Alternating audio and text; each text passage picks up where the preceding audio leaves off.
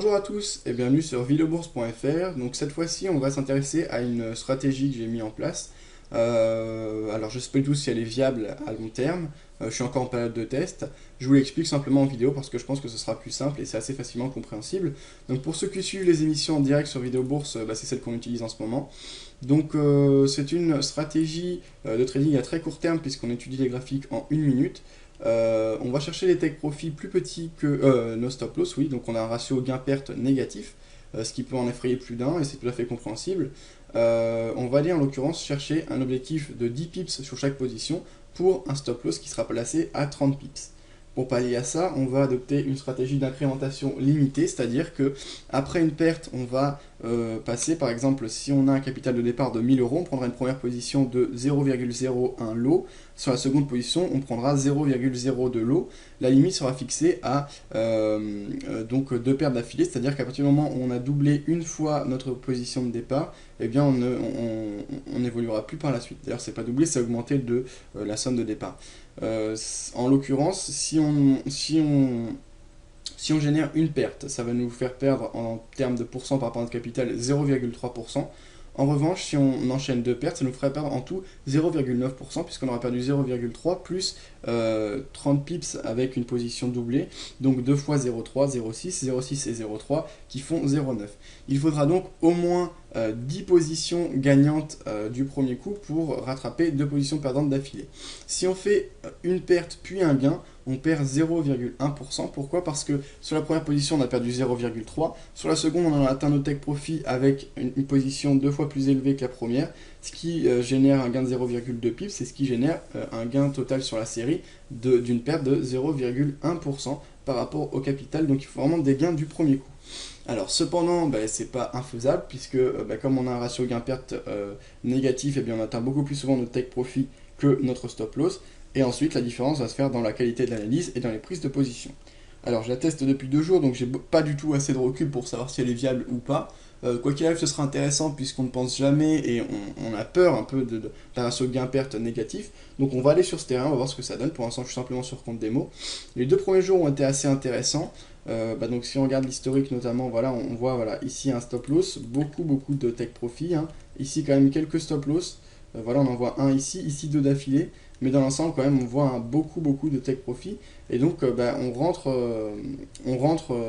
pour le moment largement dans nos, dans nos frais par rapport au stop loss, puisque la plupart, comme vous voyez, c'est un stop loss puis un gain, ce qui entraîne simplement donc une perte de 0,1%. Voilà, une perte puis un gain, donc ça rien, il suffit d'une autre position pour la rattraper.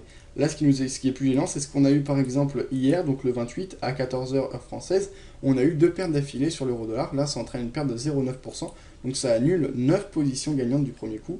Alors, on en a plus que ça, heureusement, mais voilà pour un peu expliquer comment cela se passe. Au niveau de l'analyse, c'est très simple. On peut adopter n'importe quel template.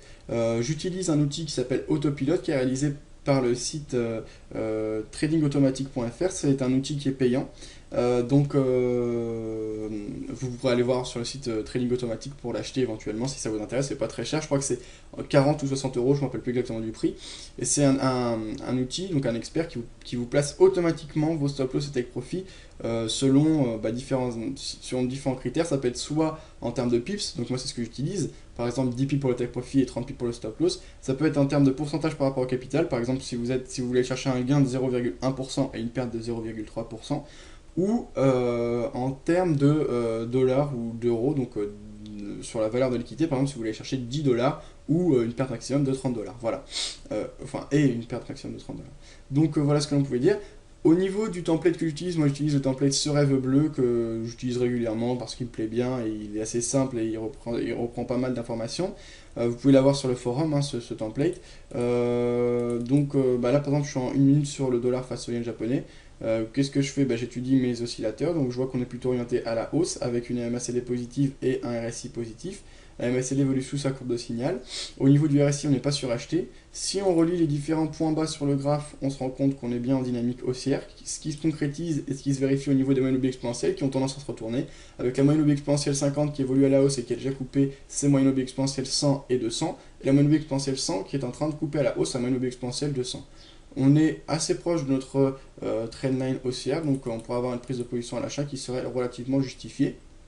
On va tracer pour s'en assurer les points pivots. D'ailleurs, hein, moi en l'occurrence sur cette paire là, sur le compte démo, je suis à l'achat, donc pour l'instant plutôt pas mal orienté. On va voir ce que ça donne par la suite. Alors au niveau des points pivots, alors on va essayer de bien les tracer. Voilà, là je crois que c'est bon, on va se mettre en 5 minutes 2 petites secondes pour, voilà, pour m'assurer du traçage des points pivots correctement. Voilà, là ça m'a l'air ok. Hop. Ok. Donc là, on a nos points pivots qui sont correctement tracés. Je repasse en 1 minute. On se rend compte qu'on a déjà tracé plus de 23,6%. On ne semble pas avoir de zone de résistance majeure avant les 38,2%. 38,2% qui en plus sont confirmés par une zone de résistance horizontale à 88,863 qui avait retenu et repoussé les assauts haussiers ce matin à 8h44 heure française. Donc on est plutôt pas mal orienté pour accélérer. Notre objectif est juste au-dessus de ce niveau. On verra ce que ça donne. Quoi qu'il arrive, notre objectif est fixe, on ne peut pas le déplacer, c'est toujours 10 et 30 pips, c'est comme ça, c'est dans la stratégie. On évoluera peut-être par la suite, on verra ce que ça donne. Alors à plus long terme, si je dézoome, on va pouvoir tracer une autre trendline, une trendline plus long terme en reliant les différents points hauts. On se rend compte qu'on est sorti à la hausse de cette trendline et donc de cette dynamique. On est donc sur une nouvelle tendance qui peut être soit neutre, soit haussière. Pour le moment, on a un beau dynamisme, donc on est bien orienté. Ces prises de position, donc pour définir vos points d'entrée, vous pouvez utiliser n'importe quel template. On peut très bien appliquer le système THV, par exemple, qu'on a vu récemment en live. Pourquoi pas appliquer un système spécifique hein, qui est personnel, basé sur une stratégie de suivi de tendance ou cerner des zones de rebond, etc. Donc vraiment libre à vous de choisir vos outils et les éléments avec lesquels vous êtes le plus à l'aise. Moi j'utilise également les points pivots hein, qu'on n'a pas vu là, mais voilà pour définir et pour cerner la tendance. Pas mal d'outils qui sont utilisés. Voilà, libre à vous de fixer vos points d'entrée. Ce qui est important dans cette stratégie, ce sont les points de sortie. Et toujours, quand on fixe ces points d'entrée, pensez au fait qu'on va vraiment chercher 10 pips et qu'on risque 30 pips. Donc on va pas avoir du tout la même approche que lorsque l'on a un ratio gain-perte positif, par exemple, le contraire, quand on risque 10 pips et qu'on va chercher 30 pips. Là, cerner une zone de rebond, c'est assez important. Parce que reprendre 10 pips, ça vient assez vite. Par exemple, on peut être à contre-tendance avec cette stratégie. Si on a vraiment un signal intéressant, si on a par exemple un marteau qui se dessine, ou un signal de retournement fort, une épaule tête épaule, etc., on ne va pas hésiter à les placer un ordre à contre-tendance, ce qui n'est pas du tout le cas quand on applique, en tout cas en général, un ratio gain-perte positif. Donc il faut s'adapter, il faut adapter ses points d'entrée au point de sortie et à cette rigueur dans les points de sortie. Et je dirais que cette stratégie, finalement, est plus une stratégie de point de sortie qu'une stratégie globale, puisque pour fixer ces points d'entrée, comme j'ai indiqué, on peut se servir de beaucoup d'indicateurs. Voilà, donc si vous avez des réactions, des idées, des avis ou des améliorations par rapport à cette stratégie, n'hésitez pas à me l'indiquer sur le forum. On a ouvert donc une file dédiée à cette dernière. Sinon, voilà, je vous souhaite un bon trading et à bientôt sur videobourse.fr.